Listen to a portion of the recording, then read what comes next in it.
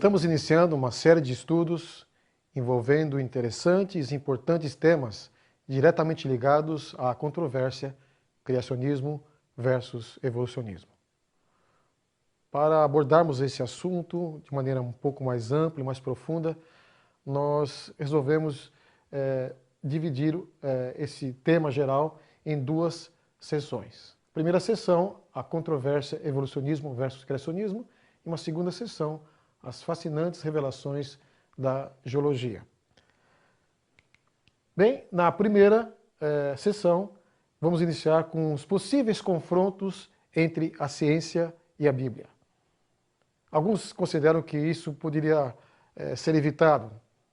Constrangimentos e situações complicadas ocorrem quando resolvemos confrontar essas duas áreas, mas em algum momento elas ocorrerão e é inevitável. Filosofia das origens. Quando procuramos explicar eventos passados únicos e reproduzíveis, nós nos depararemos realmente com uma situação um pouco complexa.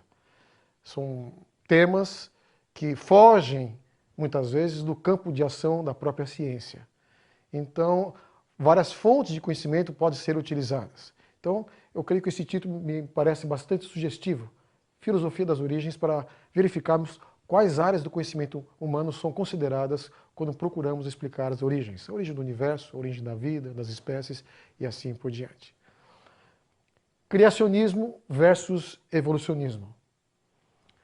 Vamos confrontar essas duas cosmovisões e vamos procurar, com bastante honestidade, verificar qual das duas possui modelos mais condizentes com a realidade dos fatos. Quarto módulo, acaso ou planejamento. Seria interessante se nós tivéssemos realmente um observador externo, alguém fora do nosso contexto, para vir aqui à Terra, verificar tudo o que existe aqui, para dar seu parecer aparentemente neutro. É com essa realmente finalidade que resolvemos abordar esse tema, acaso ou planejamento, por meio de uma parábola. Finalmente, na primeira sessão, concluiremos com os princípios do criacionismo.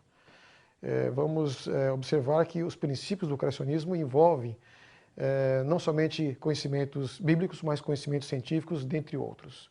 Bem, porque na segunda sessão, uma abordagem objetiva no campo da geologia, as fascinantes revelações da geologia. Quando procuramos explicar o passado, de alguma forma, nós iremos estar atuando no campo da história natural. História natural é uma designação que não se utiliza mais. Eu creio que até início da década de 70 ainda existiam cursos de história natural.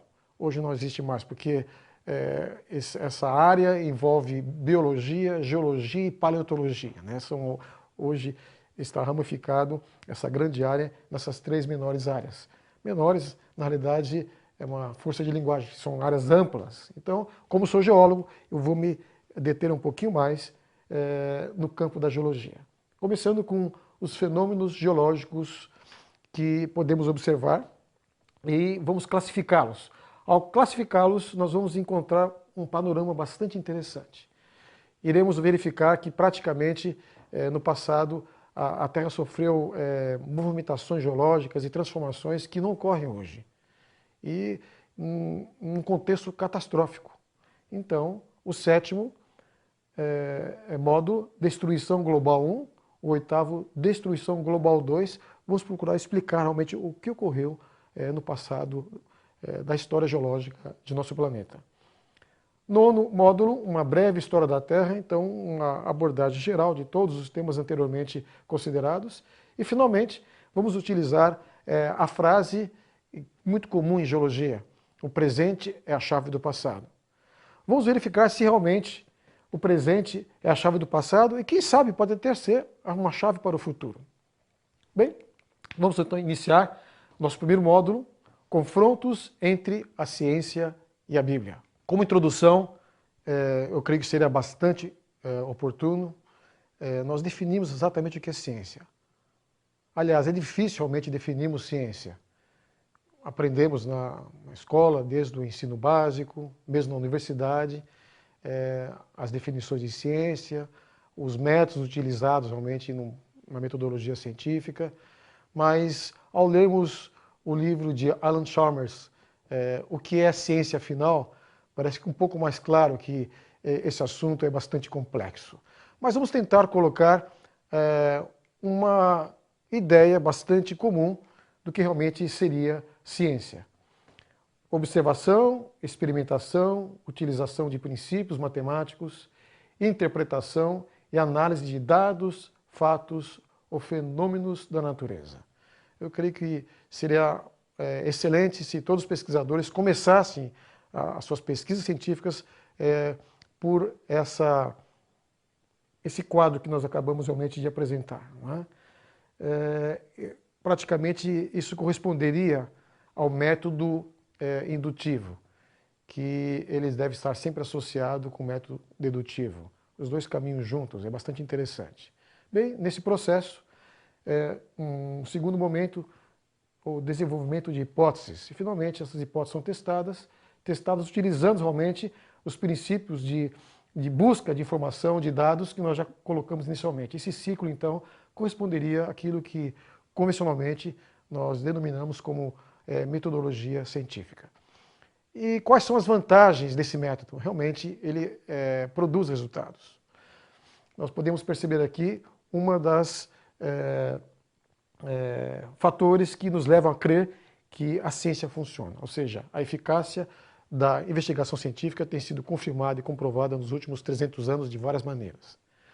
As admiráveis descobertas científicas e as façanhas da tecnologia, incontestavelmente verificadas nos últimos 100 anos, constituem uma clara e inequívoca demonstração da eficiência da metodologia científica.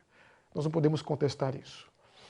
Uma segunda, realmente, eu diria vantagem, a execuibilidade do método científico reside principalmente na curiosidade intelectual, inerentemente ligada à própria natureza do homem, e na possibilidade das inúmeras interações racionais entre a mente humana e os sistemas ordenados da natureza.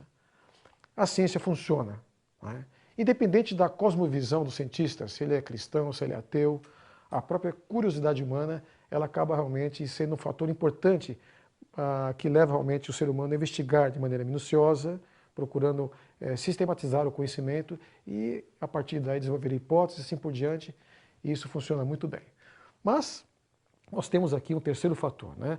A confiabilidade do método científico fundamenta-se na adequada utilização de instrumentos, técnicas e recursos de observação, na contínua verificação de hipóteses e na repetição de experimentos. Essa abordagem que colocamos aqui ela é fundamental. Ou seja, se alguém tem alguma predisposição para desonestidade ou quer realmente forjar dados, omitir outros dados, cedo ou tarde isso é descoberto. A ciência realmente ela é confiável, ela preconiza a honestidade como método. Vamos para o quarto? A ciência traduz uma linguagem universal que possibilita contatos produtivos envolvendo, em muitos casos, pessoas com princípios morais e religiosos totalmente diversos. E, finalmente, colocamos um alerta. É uma coisa preocupante que muitas vezes é passada de maneira desapercebida pelos cientistas. A utilização de conceitos evolucionistas, que podem ser traduzidos muitas vezes por narrativas hipotéticas, e quando se insiste em utilizar essas narrativas como se fosse conhecimento, nós temos que utilizar essa designação, pseudo-conhecimento científico. E, muitas vezes, esse pseudo-conhecimento científico ele é tratado como se fossem leis naturais. Isso tem desvirtuado a própria pesquisa científica, propiciando muitos desentendimentos e prejuízos no progresso do conhecimento científico. Então, realmente é preocupante isso.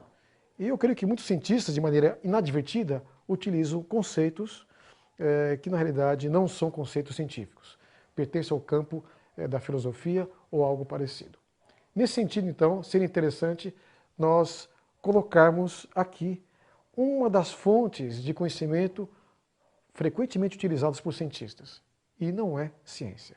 Aqui, então, nós vemos o campo de atuação do naturalismo metafísico, Parece um termo um tanto complicado, mas seria filosofia. Ou seja, é uma maneira filosófica de enxergar a realidade. Colocamos um esqueminha parecido com o anterior, eu creio que é válido. Conhecimento das primeiras causas e dos princípios do mundo natural sob uma perspectiva ateísta da realidade. Então, evidentemente que essa visão ateísta da realidade tem suas implicações. E vamos colocar algumas dessas aqui.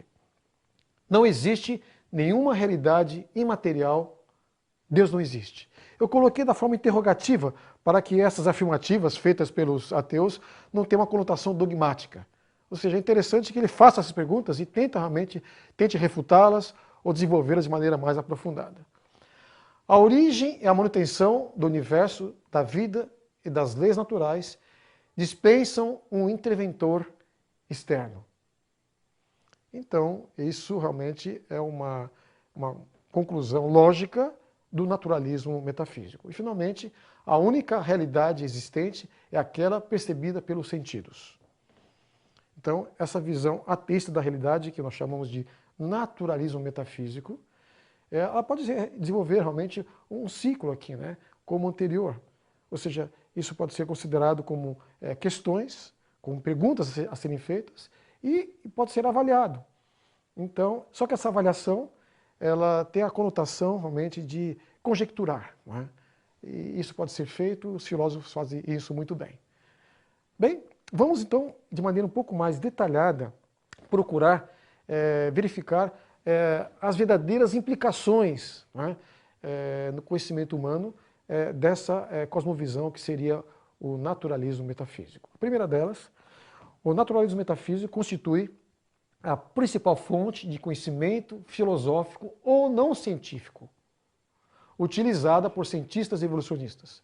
Então, quando ele insiste em utilizar esse tipo de conhecimento, ele está no campo do pseudo-conhecimento científico.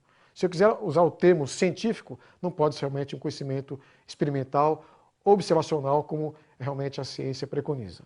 Então, isso é muito utilizado por cientistas evolucionistas na construção de modelos sobre as origens, a origem da Terra, da vida, das espécies, do ser humano e assim por diante. É importante deixar claro que essa visão ela é constantemente utilizada por cientistas evolucionistas. Vamos ver uma segunda explicação ou implicação desta cosmovisão. Etapas que necessariamente teriam ocorrido na versão evolucionista da história da vida. A não-vida gera vida, o simples se torna complexo, o não racional produz a razão e a inconsciência origina a consciência. E podemos até acrescentar mais um. O acaso constrói a ordem e a harmonia. Parece frases um pouco, eu diria, pejorativas, não é, para alguns, mas elas têm que ser consideradas por alguém que enxerga a realidade que nos cerca de maneira ateísta, como sendo a única realidade perceptível pela inteligência humana. Não existe nada fora daquilo realmente que nós vemos pelos sentidos. Ou seja, o transcendental não existiria.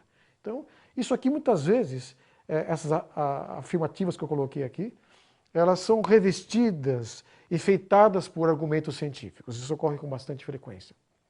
Vamos então para uma terceira implicação que é importante ser considerada.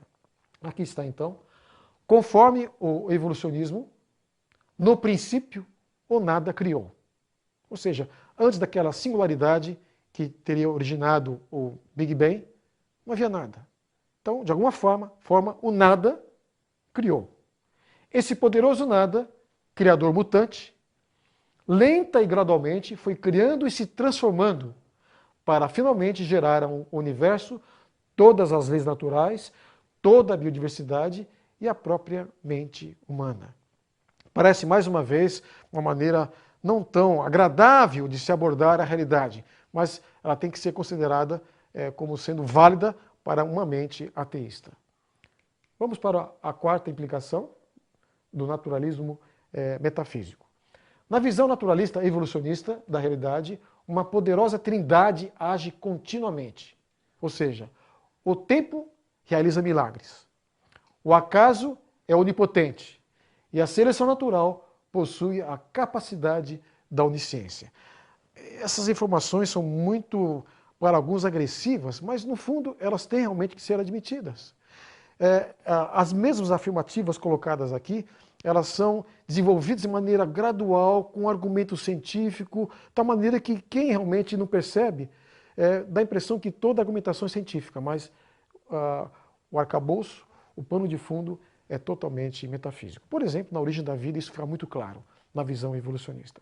Mas cabe aqui um alerta que deve ser realmente considerado. O naturalismo metafísico é confundido ou amalgamado, fundido, misturado com a metodologia científica de tal maneira que a grande maioria dos pesquisadores, ateístas ou evolucionistas, no campo das ciências naturais, parece não ter consciência dessa lamentável realidade.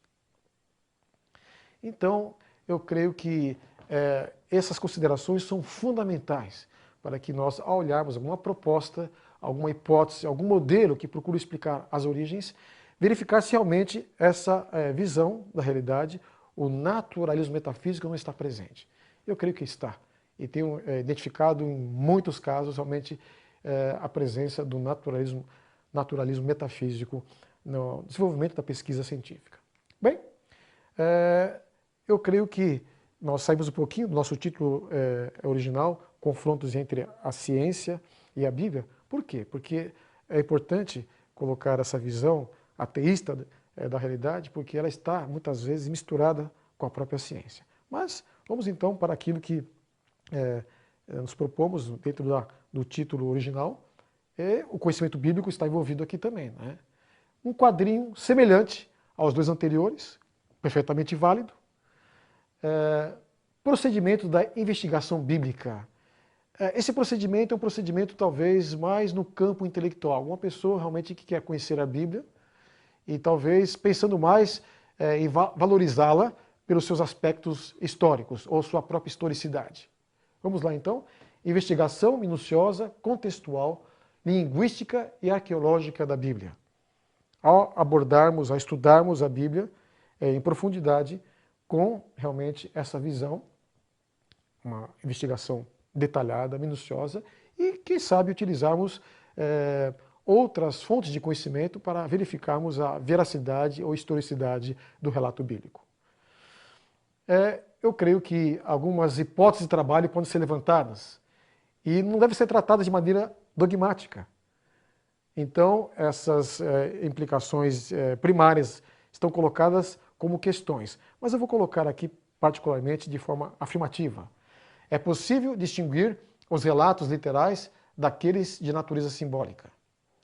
Deus se revela na natureza, origens, manutenção e restauração, e também de forma pessoal. A narrativa do dilúvio, de Gênesis, constitui uma verdade histórica. Se eu colocasse apenas como afirmações essas três questões que eu levantei aqui, talvez ela soasse de maneira muito dogmática. Não são dogmas isso aqui. Por quê? Eu vou procurar verificar se isso aqui é válido. Então eu vou continuar aqui minha investigação. Eu passo então para o teste dos registros históricos e análise de determinadas declarações. Como eu realizo esse teste? Eu vou aqui, novamente, na parte inicial e procuro realizar esse ciclo.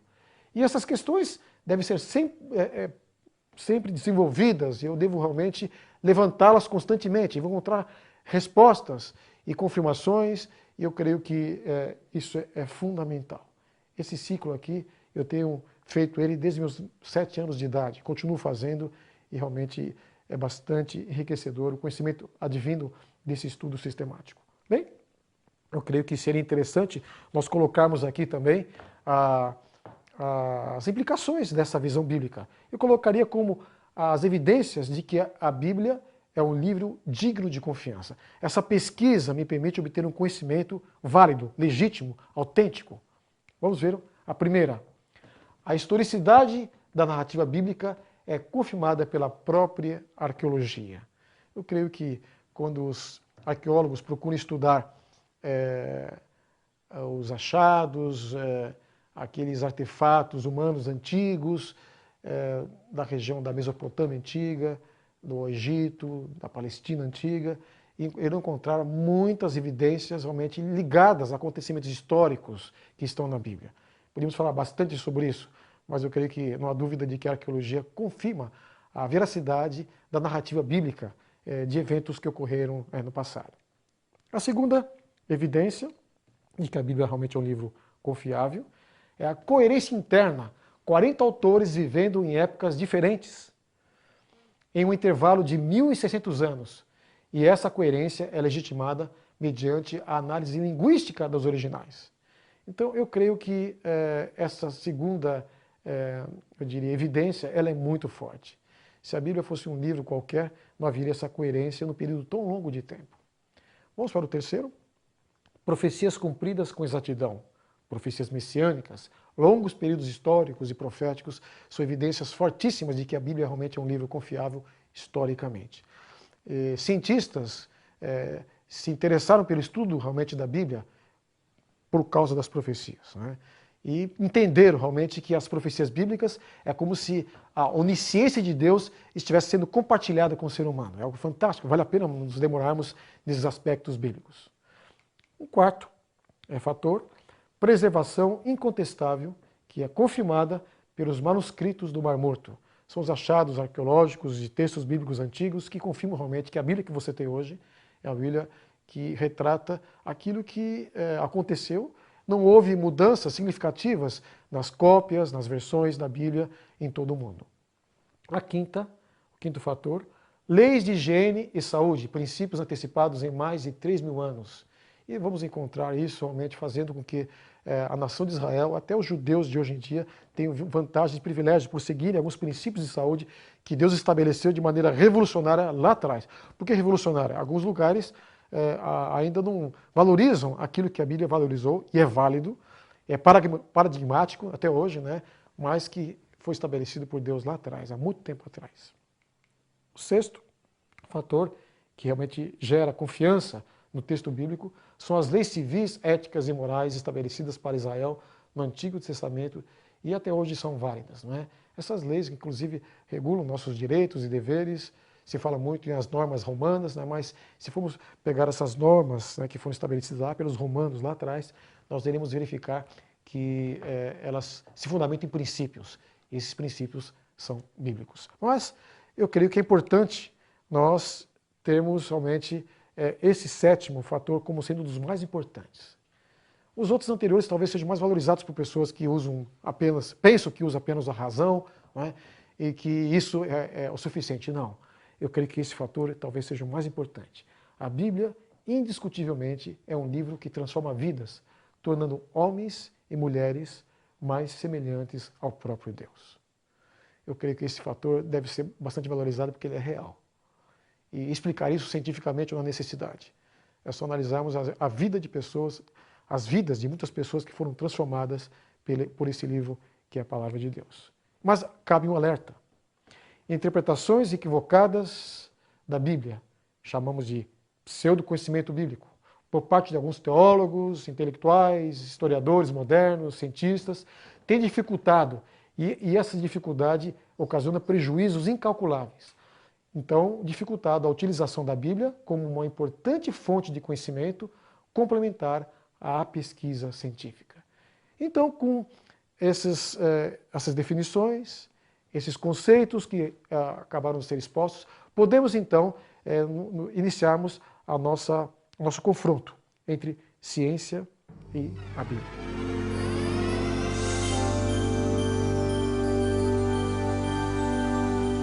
Professor, para não nos envolvermos nos desagradáveis conflitos entre ciência e a tecnologia bíblica e filosofia, não seria mais conveniente evitar qualquer tipo de associação entre essas três áreas do conhecimento? Essa pergunta é muito importante, não é? Mas ela não é tão simples. Eu creio que em algumas situações, o confronto ocorre, ele é desnecessário, não haveria necessidade, isso gera problemas, celeuma, brigas, discussões. Mas eu creio que é importante responder essa pergunta com bastante cuidado.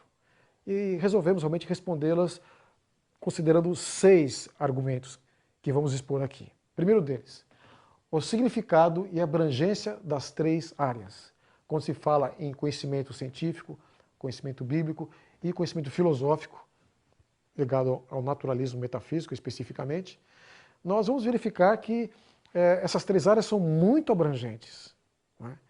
E elas acabam, inclusive, gerando sombreamentos. Uma realmente parece se interessar pelo mesmo tema da outra. Então, a abrangência dessas três áreas tem que ser considerada. O segundo, campo de ação exclusivos.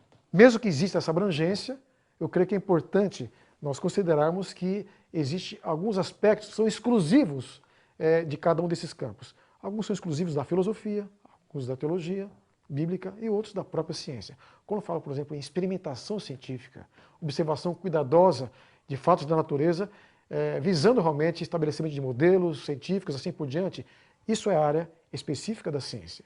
A filosofia e a teologia realmente não pode se misturar no momento que o cientista está atuando nessa atividade exclusivamente científica. Mas também existem interesses inclusivos, por exemplo, harmonia na natureza. A filosofia se interessa em compreender a harmonia na natureza, parece que ela está presente, né, na natureza. As coisas funcionam com bastante equilíbrio, existe uma sintonia fina na própria matéria, no comportamento dos seres vivos. Por outro lado, no campo científico, o cientista verifica essa harmonia também. Os sistemas ordenados são muito bem estabelecidos, funcionam, eles se replicam, se reproduzem, e somente leva o cientista a enxergar também essa harmonia. E, no caso do cristão, naquele que tem a Deus como seu Criador, com base no texto bíblico, ele vai também enxergar essa harmonia na natureza, ele vai reputá-la a ação de um Deus Criador e de um Deus somente mantenedor. Então, eu creio que esse terceiro fator deve ser considerado.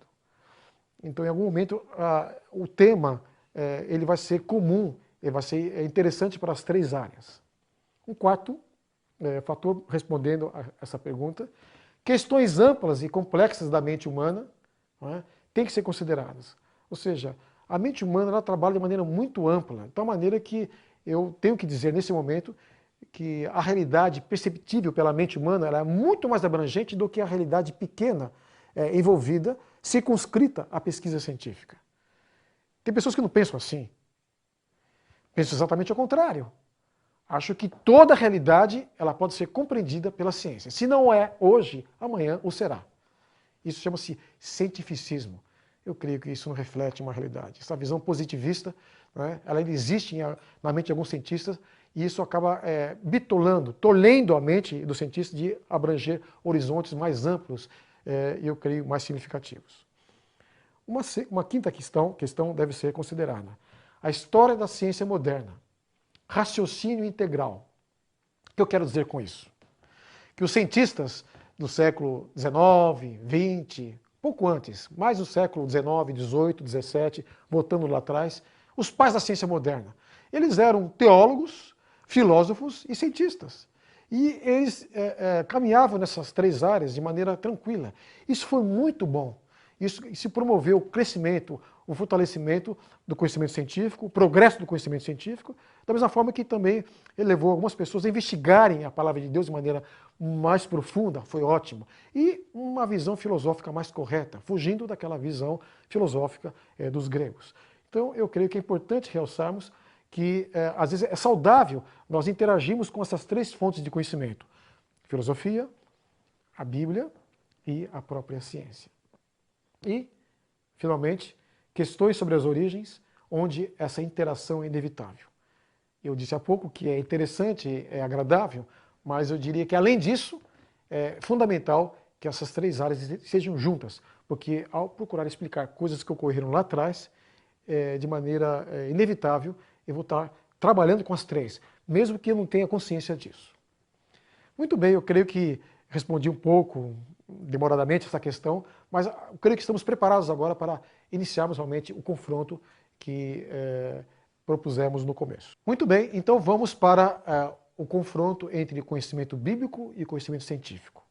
Aqui no centro podemos notar essa figurinha, onde o conhecimento científico está em cima, em vermelho, e o conhecimento bíblico em verde abaixo.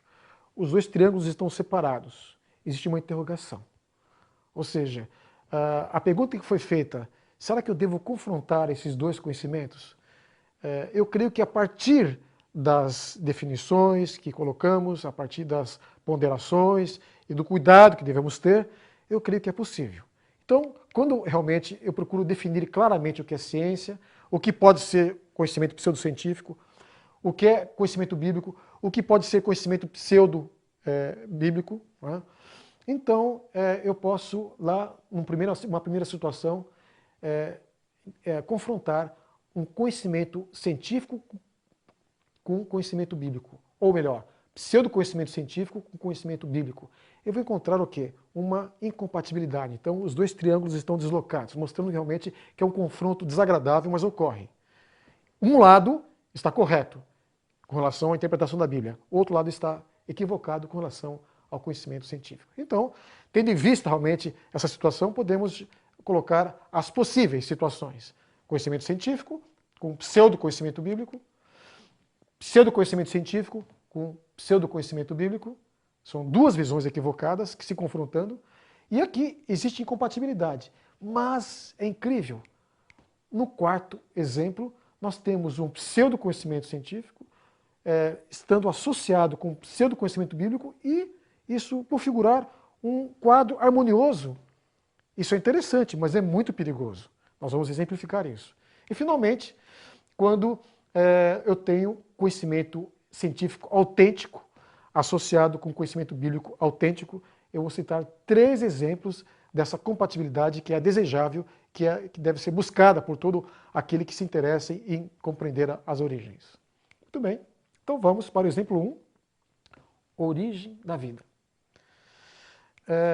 Temos aqui um quadro geral mostrando um pouco da biodiversidade que temos aqui na nossa região da Amazônia, não é? É algo fantástico, né? Como tudo isso se originou, não é? O primeiro ser vivo.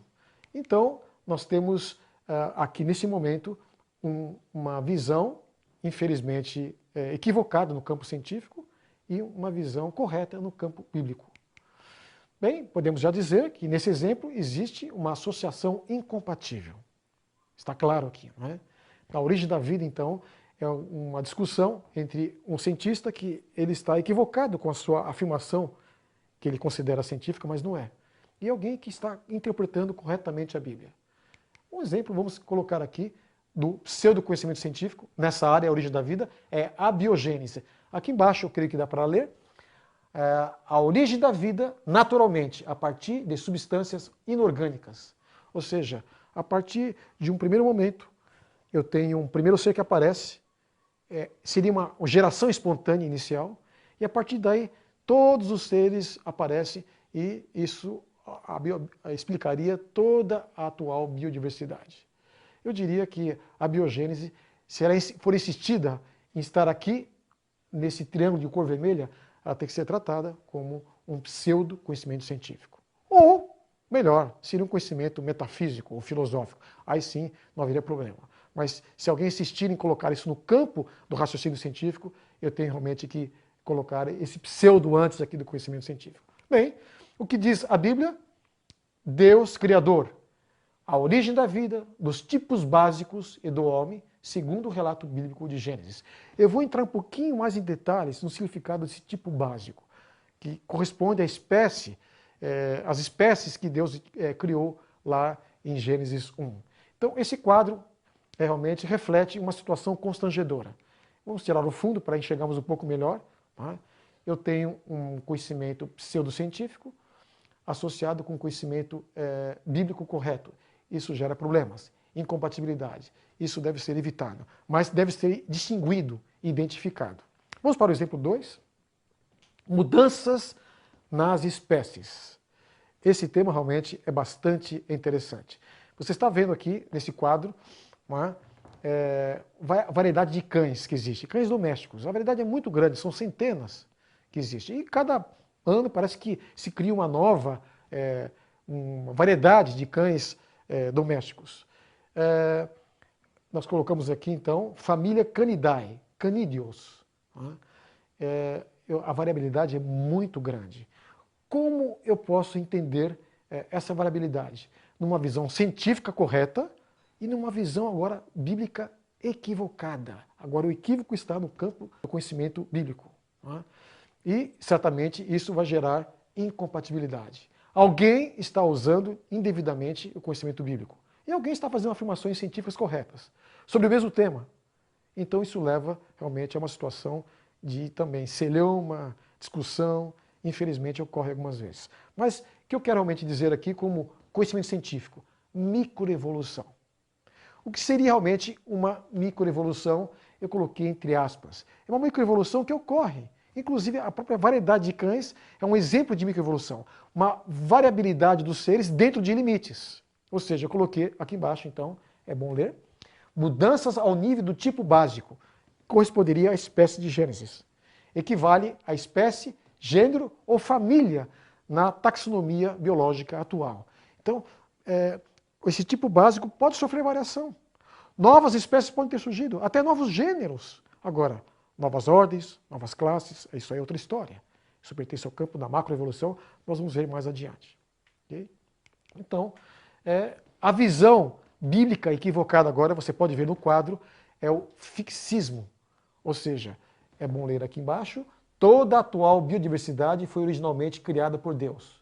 Ou seja, Deus criou lá atrás e nada se modificou ao longo dos milênios, e nós temos então um feixe de varas paralelas, unindo todos os seres criados lá atrás com os mesmos que existem hoje. Essa visão bíblica ela não existe mais há muito tempo. Isso a partir do século XX já, nenhum criacionista realmente, nenhum cristão, nenhum cientista realmente cristão valoriza isso. Então, mas alguns querem insistir, né, nessa visão e ela é equivocada. É uma interpretação equivocada da Bíblia. Então, um problema sério, levantado, realmente, por alguém que não leu a Bíblia de maneira correta e não interpretou-a de maneira correta. Ok, vamos então para esse quadro. Tiramos o fundo para termos uma visão desses dois confrontos. Infelizmente, quem está criando a situação constrangedora é aquele que está interpretando a Bíblia de maneira equivocada. Vamos rapidamente para o terceiro exemplo, o registro fóssil agora.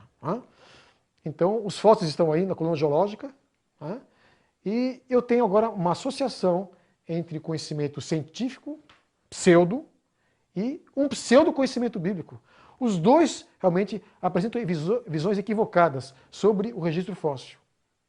Vamos ver então aqui essa incompatibilidade baseada numa afirmação pseudocientífica do uniformismo. O que seria o uniformismo?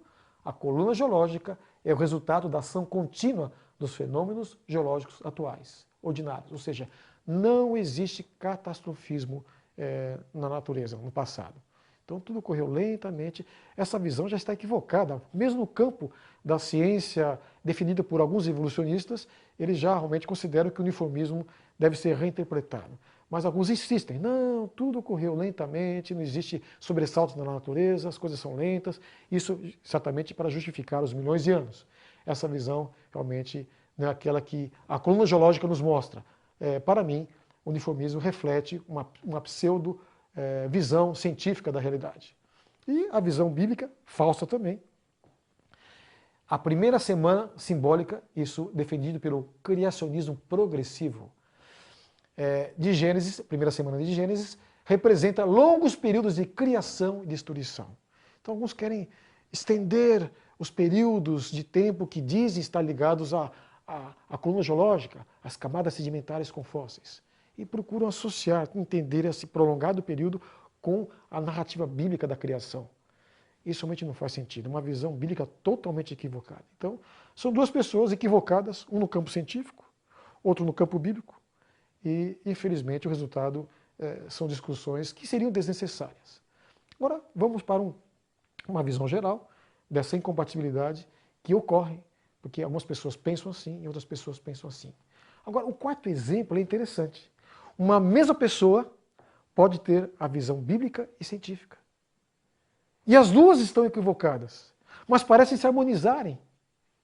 Olha só, eu tenho aqui, no lado esquerdo, o livro A Origem das Espécies de Darwin, na sua encadernação, onde estão sendo comemorados aí os 150 anos da publicação desse livro. Aqui eu tenho os originais, publicados em 1859, e a versão comemorativa dos 50 anos de Darwin, autor desse livro. Mas olha que interessante, 2 anos antes da publicação do livro A Origem das Espécies, foi publicado o livro dos Espíritos por Allan Kardec, em 1857. É interessante que os conceitos levantados aqui se harmonizam com os conceitos levantados no livro de Darwin. Então, existe uma harmonia entre o que está escrito aqui e o que está escrito lá. Interessante. Então, eu diria que o livro de Darwin, alguns até dizem que ele não mais é válido, existe a visão neodarwinista, a nova síntese, mas alguns valorizam, existem os ultradarwinistas até hoje. Eu diria que as conclusões de Darwin com relação à capacidade da seleção natural de gerar mudanças realmente não faz sentido. Então, como se explicasse toda a biodiversidade. Então, eu diria que nesse contexto, esse livro apresenta um pseudo-conhecimento científico. Por outro lado, o Livro dos Espíritos, de Allan Kardec, alguns dizem, fundamentado na Bíblia, os Evangelhos, realçam somente o conteúdo básico desse livro. Alguns já dizem que não tem nenhuma incompatibilidade entre esse livro de Allan Kardec e os princípios do cristianismo. Eu, então, tenho que admitir que essa visão é uma visão um pseudo-conhecimento bíblico, na realidade, não faz sentido. Então, a associação é compatível. Uma mesma pessoa pode ter a visão de Darwin e a visão de Kardec. E ele encontra essa harmonia. Interessante. Aqui eu tenho a evolução de todos os seres, aqui eu tenho a evolução do espírito ou da alma. Não é? Ou seja, as transformações macroevolutivas definidas por Darwin, mudanças, realmente saltos nas transformações dos seres, mudanças envolvendo taxons superiores, novas ordens, novas classes. Essa macroevolução ela não tem amparo científico. Então, ficaria no campo do pseudo-conhecimento científico. Por outro lado, a evolução do espírito, reencarnação, evolução ou aperfeiçoamento do espírito mediante sucessivas reencarnações. Isso não é bíblico, mas é incrível que se harmoniza com a visão evolucionista darwiniana. Então, muitos realmente acabam fazendo essa associação, duplamente equivocada. Uma harmonia, uma compatibilidade perigosa, porque ele está fundamentada em conhecimentos realmente bíblicos equivocados e conhecimentos científicos também equivocados. Então, esse quadro é um quadro perigoso, porque eu creio que isso tem iludido muitas pessoas, considerando que eu olho, aqui eu encontro a harmonia entre a ciência e a religião. A ciência e a religião se harmonizam perfeitamente e apresenta esse quadro.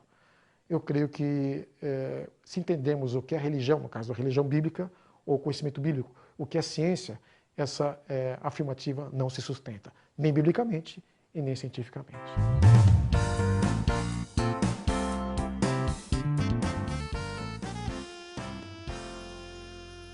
O surgimento de importantes movimentos sociais, científicos e religiosos no século XIX, marxismo, darwinismo, kardecismo, etc., em torno de 1844, refletiriam apenas acontecimentos naturais ou apontam para estratégias cuidadosamente planejadas? Dando continuidade, então, às várias possibilidades de confrontos entre a ciência e a Bíblia, ou entre o conhecimento científico e o conhecimento bíblico, partimos, então, para o quinto exemplo, a origem da vida. Agora, numa visão harmoniosa entre o verdadeiro conhecimento bíblico e o autêntico conhecimento científico. Então, nós temos aqui alguns exemplos.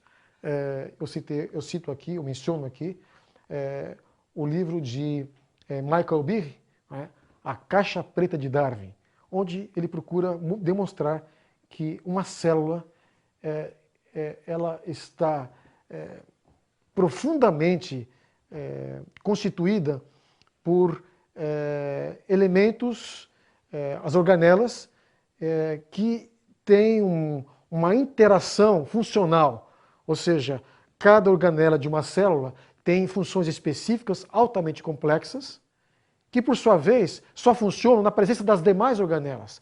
Então essa interdependência funcional da célula mostra para Michael Behe, que por sinal é um evolucionista, que uma célula não poderia ter surgido gradualmente, parte por parte, até formar uma célula completa. Ou seja, a célula surgiu pronta. ela pressupõe um Criador. Eu diria que os argumentos eles são científicos, até filosóficos, para justificar a visão de Michael Behe. Bem, então, essa visão tem um paro científico e também a Bíblia nos deixa claro que a origem da vida, não é, ela é criação de Deus. Então, para entendermos um pouquinho melhor, de maneira até um pouco, eu diria, simples, mas é bom, entendemos que complexidade irredutível, eu coloquei aqui TDI, ela é utilizada pela teoria do design inteligente. Comumente, é um dos argumentos fortes utilizados por esse movimento recente, design inteligente. Sistemas orgânicos cujas partes apresentam interdependência funcional. Né? Então, não dá para imaginar que uma complexidade irredutível, como o próprio nome já diz, ela não pode ser reduzida, né, às suas partes elementares, e a partir daí imaginar uma síntese, no sentido contrário, ela se formando aos poucos a partir de matéria inorgânica. Não.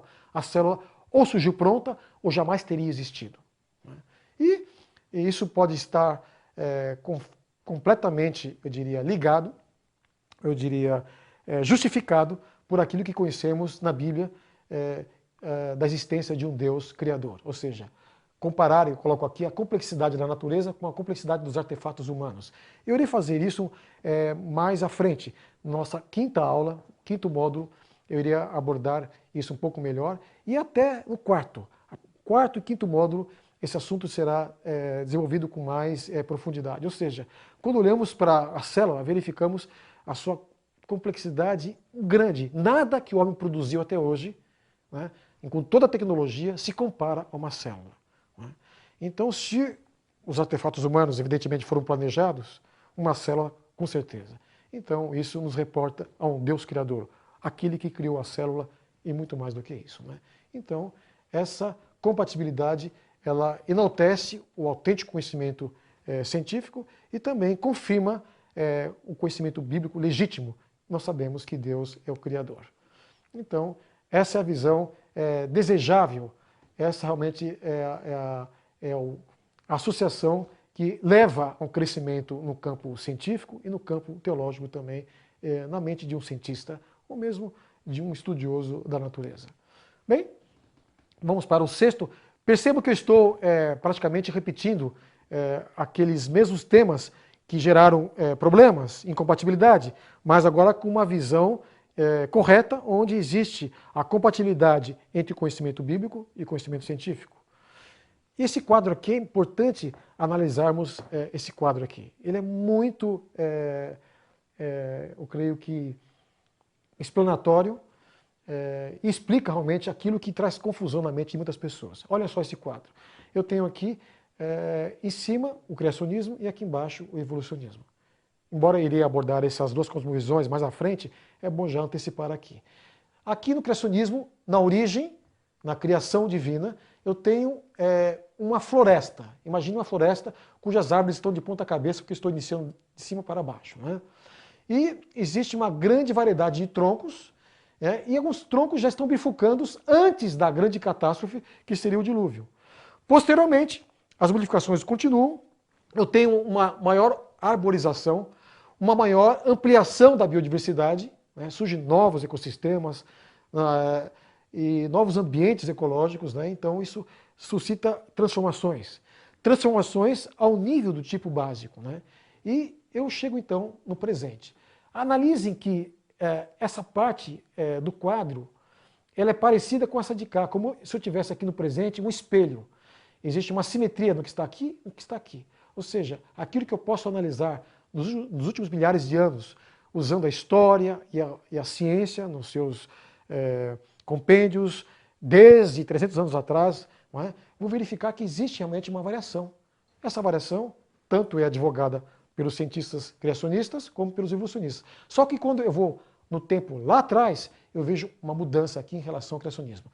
Eu vejo uma arborização que chega num tronco apenas uma grande árvore. Então, eu teria toda a biodiversidade que existe hoje partiu de um único ser lá no começo, quem sabe há bilhões de anos. Já no criacionismo, toda essa biodiversidade, aquela que está sendo estudada cientificamente, ela corresponde a uma floresta de árvores que correspondem, em princípio, a criação original de Deus lá atrás. Os troncos com possibilidade de mudanças. Mudanças dentro de limites. Ok? Então, esse quadro fica fácil entender que eu estou valorizando tanto a ciência como o conhecimento bíblico.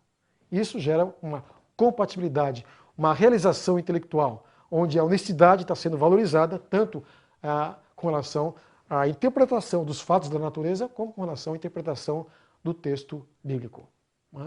Então, a microevolução, estou repetindo, são mudanças envolvendo táxons inferiores, variedade intraespécie, novas espécies e novos gêneros. Não há problema. Podemos imaginar que muitas dessas mudanças ocorreram, inclusive, logo após o dilúvio. Mudanças drásticas para os seres se adaptarem.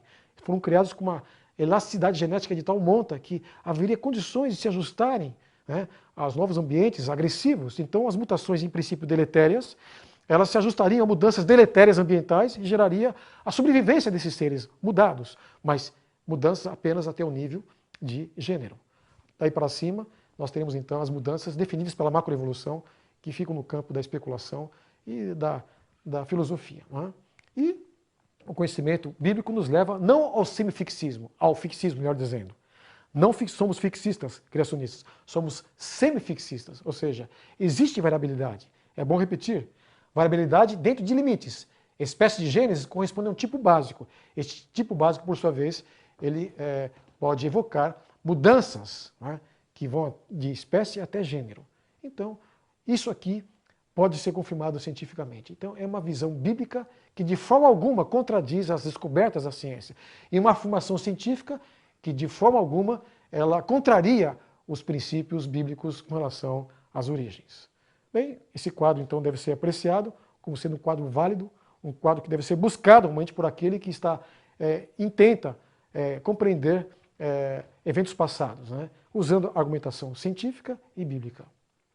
Finalmente, a origem do registro fóssil foi considerada nos exemplos anteriores, mas agora de maneira equilibrada, de maneira correta.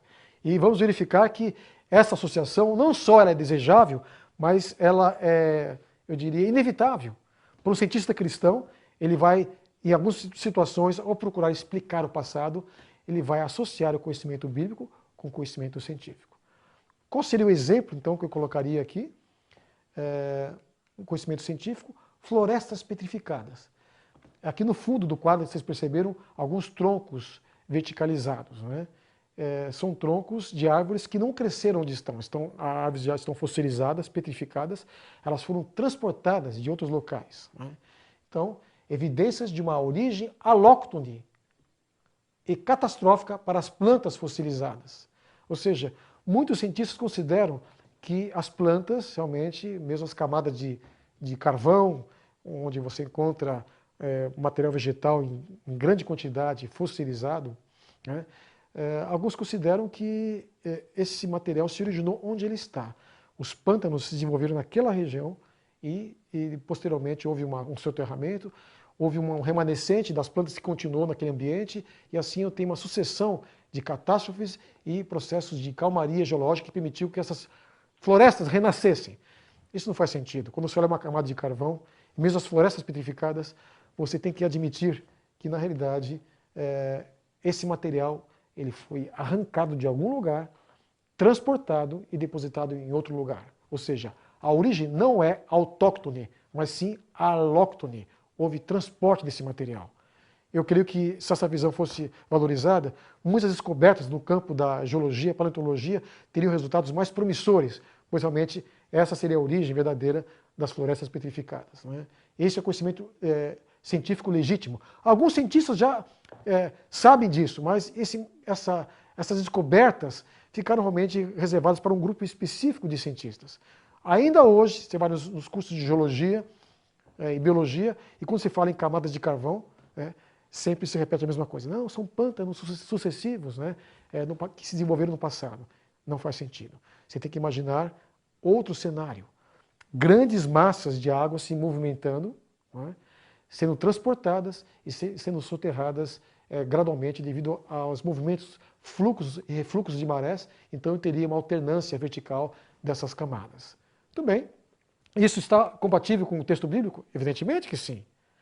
soterramento de grandes florestas petrificadas estão perfeitamente ligadas, né, e compatibilizadas com a grande catástrofe, ou seja, a narrativa bíblica do dilúvio, um desastre geológico de proporções globais que ocorreu no passado. Nós dedicamos, então, a segunda sessão dessa série de aulas exatamente para falar sobre isso, especificamente. Evidências de uma catástrofe geológica de proporções globais estão por toda parte, no mundo inteiro. Né? Mas é incrível. A grande maioria dos geólogos não enxergam dessa maneira. Então eu diria que esses dois conhecimentos, um científico e um bíblico, se ajustam perfeitamente, são autênticos, são legítimos, e isso acaba favorecendo a ampliação do conhecimento, novas descobertas, tanto no campo científico como no campo bíblico. Eu percebo realmente que a narrativa bíblica do dilúvio nem é apenas um texto do Antigo Testamento, está em vários textos da Bíblia, do Antigo ao Novo Testamento, de Gênesis a Apocalipse. Então, é interessante como essa compatibilidade, além de trazer uma harmonia entre conhecimento bíblico e conhecimento científico, propicia realmente uma valorização tanto do conhecimento científico como também do conhecimento bíblico. Bem, eu coloquei apenas 7 exemplos, outros poderiam realmente ser considerados, né? Então, eu creio que cientistas do passado, nós iremos mostrar isso na nossa quinta aula, eles desenvolveram esse raciocínio, onde o conhecimento bíblico e o conhecimento científico estavam realmente inteiramente associados. Não havia confusão, afirmativas bíblicas em nome da ciência ou afirmativas científicas em nome da Bíblia. Não havia. Esses cientistas eram cientistas religiosos, cristãos, e fizeram aquilo que é de melhor em termos de pesquisa científica. Essa associação é desejável. Você pode buscar outros tipos de associação entre conhecimento bíblico e conhecimento científico, na área de saúde e em outras áreas. Eu estou aqui mais no campo da história natural. Bem, então, como conclusão, eu gostaria de citar alguém, dentre muitos outros, que conciliou o conhecimento científico com o conhecimento bíblico de maneira brilhante, de maneira realmente fantástica. Aqui está ele, Sir Isaac Newton. Notável exemplo de harmonia entre a Bíblia e o conhecimento científico. Eu creio que seria bom realmente ler não só os textos científicos de Newton, que estão entre os melhores. Talvez ele acabou promovendo os maiores saltos no campo da história da ciência moderna. E era um estudioso minucioso da Bíblia. Newton nos deixou um legado fantástico. Aqui vocês veem do lado esquerdo o seu clássico livro Princípios Matemáticos da Filosofia Natural. O termo filosofia natural, na época em que ele viveu, correspondia à física. E aqui do lado direito nós temos um outro produto intelectual desse grande gênio. Observações sobre as profecias de Daniel e Apocalipse de São João. As duas obras, alguns dizem, mas como uma pessoa, uma mente pode produzir conhecimentos aprofundados aqui, no campo da teologia bíblica e no campo da ciência? Alguns até vão dizer, mas talvez Newton tenha sido realmente um grande cientista, apesar de ser um cristão ou de estudar a Bíblia de maneira sistemática. Eu diria que essa frase ou essa afirmativa está equivocada. Eu posso com certeza dizer, ao você ler os livros de Newton, você vai verificar algo interessante. Eu posso afirmar que Newton foi um excelente cientista por ser um cientista cristão, um cientista criacionista. E isso fica claro ao você ler os livros científicos de Newton. Você vai observar que ele, no meio daquelas explicações científicas do seu livro Princípia, ele para um pouquinho e se reporta a Deus, de maneira profunda, respeitosa. Vamos ver alguns desses textos extraídos do livro Princípio e do livro Ótica também. A perfeição e a complexidade da natureza somente poderiam proceder do conselho e domínio de um ser inteligente, poderoso e soberano, aquele ser absolutamente perfeito, o Criador, o Deus de Israel, eterno, onisciente, onipotente, onipresente, aquele que criou o homem à sua própria imagem. Essa era a visão que Newton talvez um dos maiores cientistas de todos os tempos, tinha de Deus. Eu creio que vale a pena realmente nós nos sentimos motivados a imitarmos Newton. Todo cientista que tem curiosidade em explicar as origens, seja no campo da física, química, biologia, geologia e áreas afins, seria bom que ele imitasse Newton. Ao você procurar na Bíblia o conhecimento não científico necessário para complementar o científico com relação a eventos que não podem ser reproduzidos cientificamente, você vai encontrar realmente na vida de Newton essa harmonia perfeita, que acaba promovendo o progresso do próprio conhecimento científico. Bem, estamos apenas começando, esse foi o nosso primeiro módulo. Eu creio que seria interessante, se você realmente tem algum preconceito com relação à Bíblia, se esforce um pouquinho. Eu sei que é difícil, às vezes, pensarmos realmente de maneira diferente daquilo que pensamos na universidade, aquilo que fomos realmente, eu diria, convencidos a aceitar como sendo verdade. Não é? Pense um pouquinho nessa outra possibilidade, de você realmente encontrar essa harmonia entre o conhecimento bíblico e o conhecimento científico. A exemplo, não só de Newton, mas de outros cientistas da história da ciência moderna. Eu queria que isso fosse fazer bem para você. Não só para a sua mente no campo intelectual, na aquisição de conhecimentos científicos, filosóficos, mas na sua vida pessoal. Vale a pena dedicar um tempo diário para estudar esse livro. Eu creio que isso irá realmente torná-lo não só uma pessoa mais equilibrada, não é? Jamais você será um fanático, um radical, porque o conhecimento bíblico autêntico ele promove o equilíbrio. Não é? E você não será, não enfrentará nenhuma dificuldade no campo da pesquisa científica. Disso eu tenho certeza.